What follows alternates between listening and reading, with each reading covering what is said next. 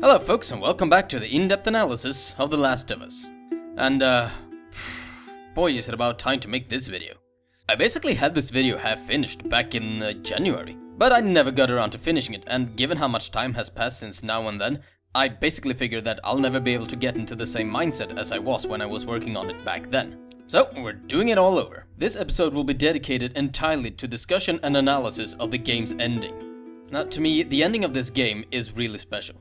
Not only is it one of the best game endings I've ever seen, as well as probably the strongest part of the entire game, but it was this particular ending that initially got me to start making videos. I've been longing to talk about it ever since, and well, here we are.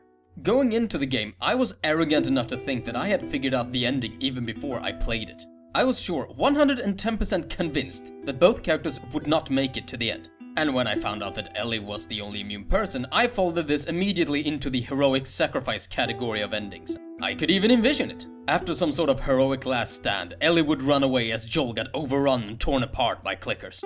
She would go on to help create the cure and possibly even name it the Joel vaccine or something like that. And obviously I didn't get that many things right. But I've never been happier to be wrong. So, let's take a look at why the ending works, as well as some questions that arise from the events that happen and the characters' actions. And, obviously, this video is going to be spoilers galore. Now, it's a bit debatable where the ending actually begins, but for the sake of focus, I'm gonna say that it starts when Joel bars the last door before the operating room. You can explore the following area a little bit and find a very important collectible, but I think most people, at least on their first playthrough, dashed for the door. Suspense really is the key word for this part of the ending. You see the shadows of the doctors, you see them moving, but you're not certain if they're operating or not. Me, I froze up initially, before just diving for the door. As you enter, you see that you arrived just in the nick of time, and now you have some choices to make, whether you realize it or not. What I find fascinating about this room is that everybody I've talked to who's played the game knows exactly how they felt when they came in here. They're also very aware of why they did what they did afterwards. There are so many ways to go through this room. Some people just went in and killed all doctors in blind fury, believing that what they did to Ellie was not justifiable on any level.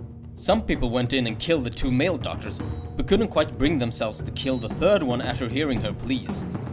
Please, I don't want to die. Oh God. Some people killed the female first and got even more upset when the other male doctor tried to barter with his life. Oh, Jesus. Oh God, no. Just take the girl and leave, okay? Some people didn't know what to do, and they kept hesitating, not knowing if they were gonna shoot or kill any of the doctors. And then...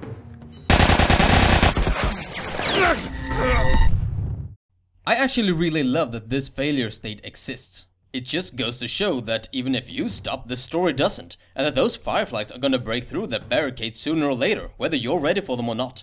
This room, I think, is a great example of non-binary moral choices. The game doesn't tell you what to do, and it won't judge you no matter what you decide to actually do.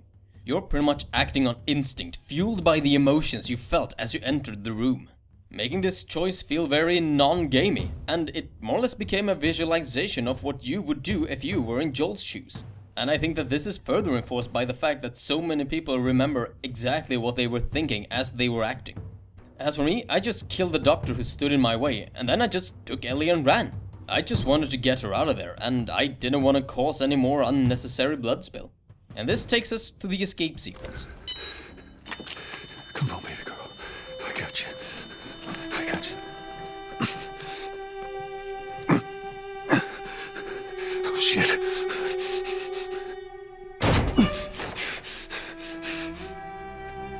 Even if I tried, I don't think I could say enough good things about this sequence. At least to me, it just clicks on every single level. First and foremost, there is the music. It gets the tone just right, and it's in and of itself just a really good goddamn piece of music. Next, there is the sense of urgency. You have the alarms going off, flashlights darting all over the place, people shouting. You really do get the feeling that if you don't run for dear life, then everything you've done up until this point will be for naught. And that's not necessarily untrue, as there are two ways to fail this sequence, believe it or not.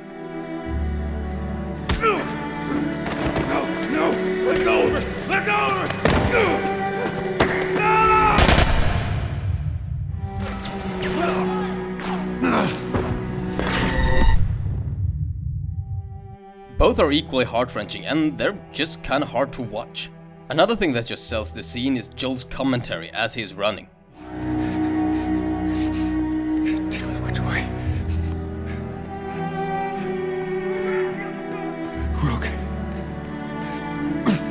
We're okay. It's pretty obvious that he is not talking to Ellie at this point, but he is rather trying to convince himself that everything is gonna be okay.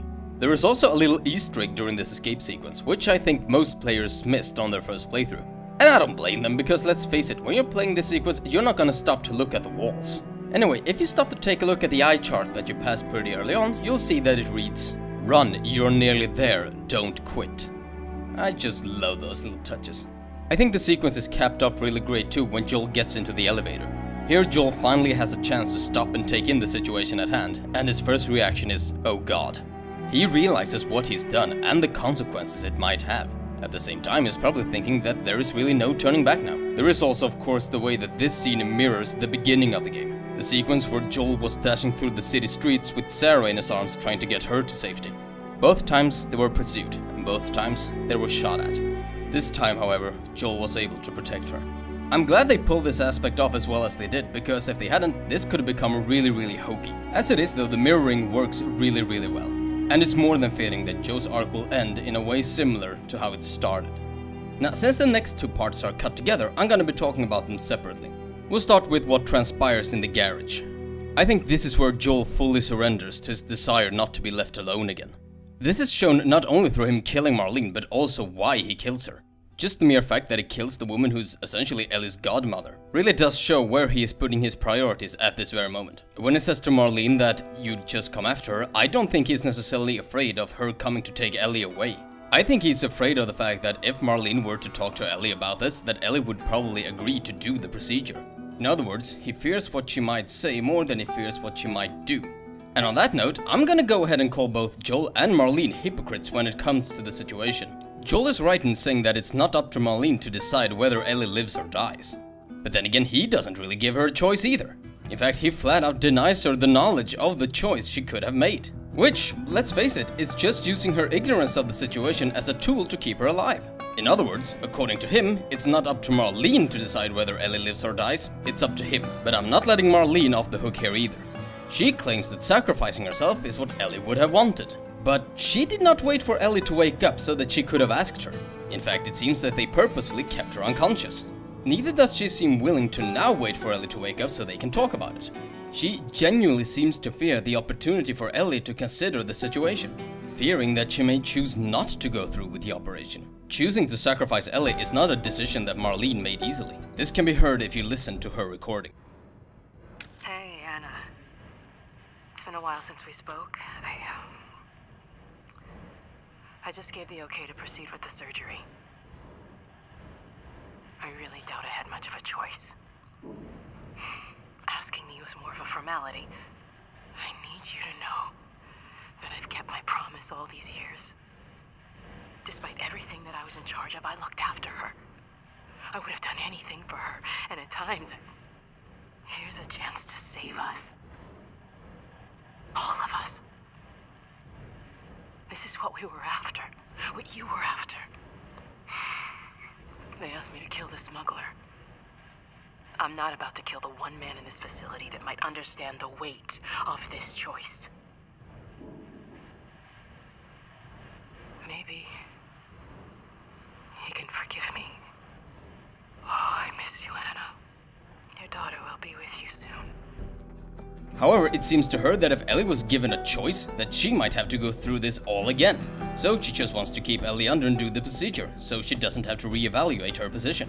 In other words, for two people who talk a lot about Ellie's free will, they don't seem particularly concerned about it. Although, obviously, Marlene does come up with the shorter end of the stick. I think her chief mistake was believing that she had convinced Joel, one of the most ruthless men alive, that her point of view was the more valid one, even to the point of disarming herself in his presence. Clearly she underestimated what Joel would be willing to do for what he considered to be Ellie's best. Her foolishness is just punctuated by the fact that she thinks that she can beg him for mercy, leaving her to a very undignified end. Wait! Let me go. Please. you just come after her?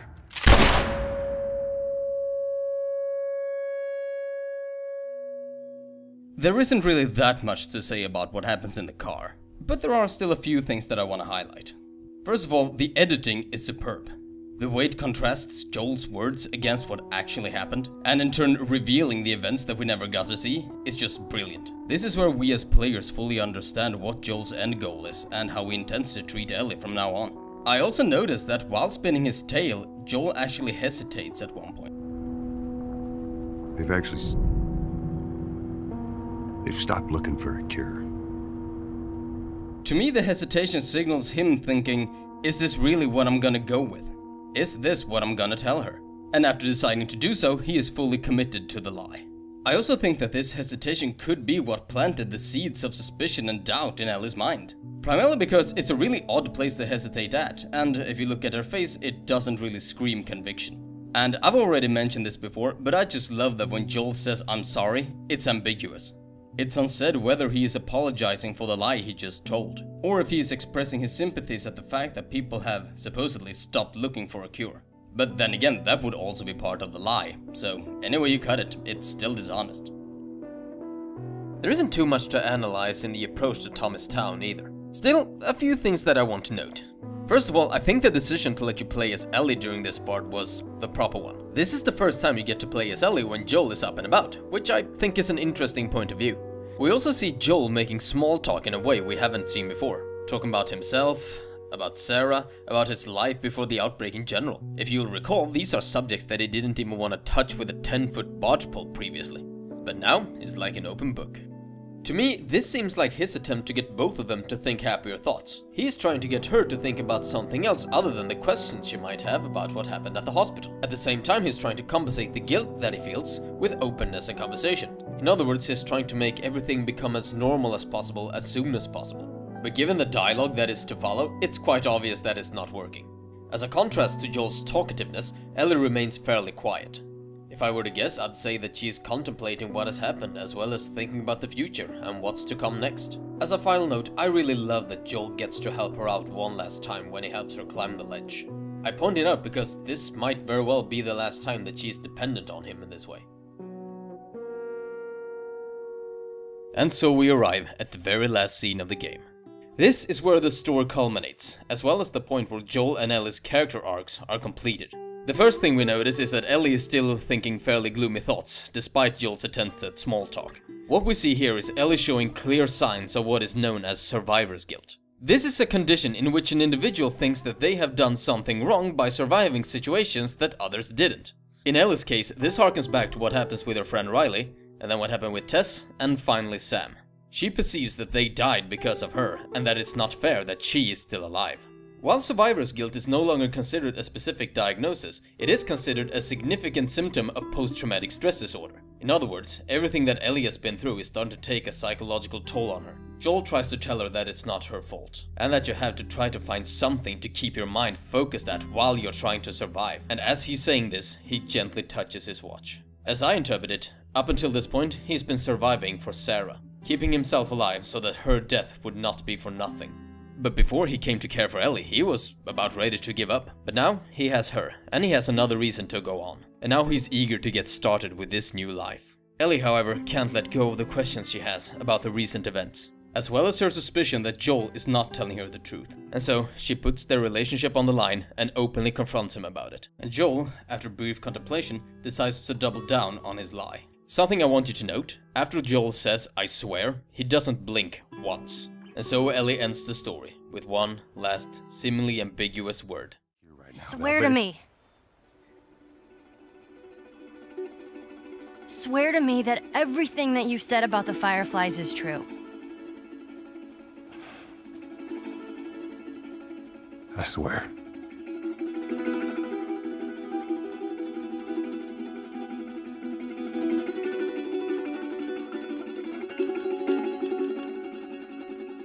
Okay. While it is open to interpretation, to me, the okay is not ambiguous in the slightest. To me, this is Ellie reluctantly acknowledging that from this day on, their relationship will be based on a lie. She can no longer trust him, and she can no longer rely on him. To me, this is the beginning of the end to their relationship. It also becomes obvious that to Joel, Ellie not knowing the truth takes a backseat to him not being left alone. He just wants to be with her, even if this means spinning a web of lies. Lies about what happened and what could have been. In this moment, he's probably the most selfish person who ever lived. And I'm not necessarily talking about him denying humanity a cure for the cordyceps. I'm talking about him denying Ellie the truth. About them, about himself, and about what he has done. And this is ironically how their character arcs come to a close. Joel finally coming to terms with the fact that he needs Ellie, and Ellie coming to terms that she can no longer be with him. As I said though, this is only how I interpret the ending. Some people interpret her okay as her buying Joel's lies, so obviously there is a lot of ways to take in this scene. There is, however, one other interpretation that I'd like to bring up, and that is the interpretation of Neil Druckmann, who was the creative director and writer on the game. In 2013, he gave a speech at IGDA in Toronto. The speech centered around how the story came about and why he made the decisions that he made while writing it. And I'd like to read you what he said about the last line of the game. Please note that he emphasized that this is just his interpretation and in no way, shape or form the true way to interpret the ending. He said, and I quote, "We come to that ending, and that lie, and that okay, but what does that okay mean? Well, it's definitely not a complicit, yeah, I'll go with you. In fact, it's the opposite. It's Ellie for the first time waking up and realizing that she can't rely on him anymore. And while she loves him for what he has done for her, she hates him for robbing her of that choice. She knows that she has to leave him. She has to make her own decisions and her own mistakes. That's her arc, going to the end of the line. The thing she wanted most in life is this father figure. But to become truly independent, she has to give that up." End quote. I strongly recommend anyone who has even a passing interest in the game's story to check out the speech in its entirety. I'll put a link to it on the screen now, and I'll also post it in the description. I just think it's interesting to hear the man who wrote this scene explain what was going through his head as he was writing it. And after this, the curtain falls on The Last of Us, and I have to say, it ends just at the perfect time.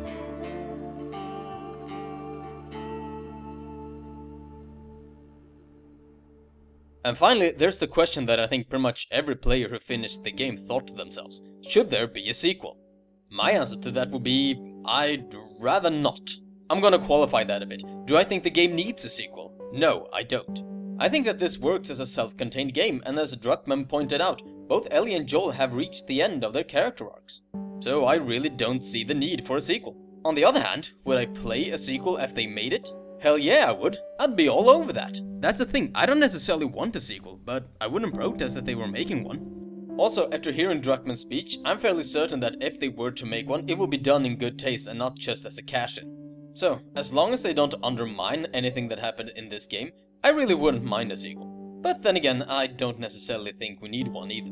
Story-wise, I think there is one key element that could pave the way for a sequel, and that is that a cure could still potentially be made. Because Ellie is still alive, and there are hopefully quite a few doctors alive as well. So even though a cure was denied this time, that's not to say that it will be denied for all eternity. Ellie could still potentially be the savior of mankind. But I dare say that I think Joel would probably take a bit of an issue with this. Anyhow, this is all beside the point.